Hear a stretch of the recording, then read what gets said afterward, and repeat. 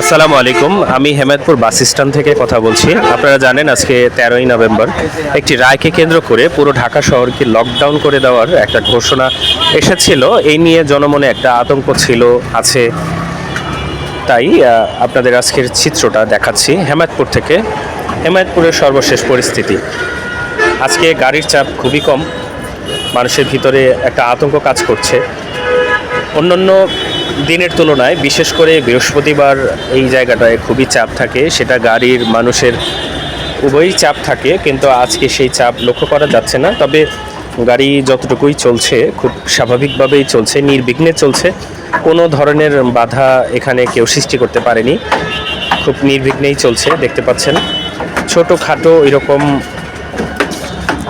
অনাকাঙ্ক্ষিত ঘটনা সেটাও এখানে ঘটেনি এই পর্যন্ত।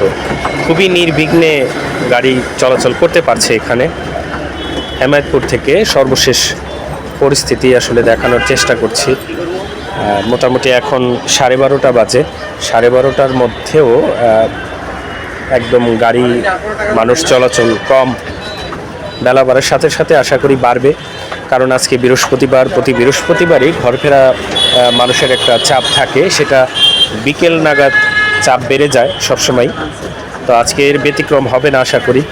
গাড়ি এই মুহূর্তে কম থাকলেও সময় গড়ার সাথে সাথে আশা করি গাড়ি এখানে চাপ বাড়বে।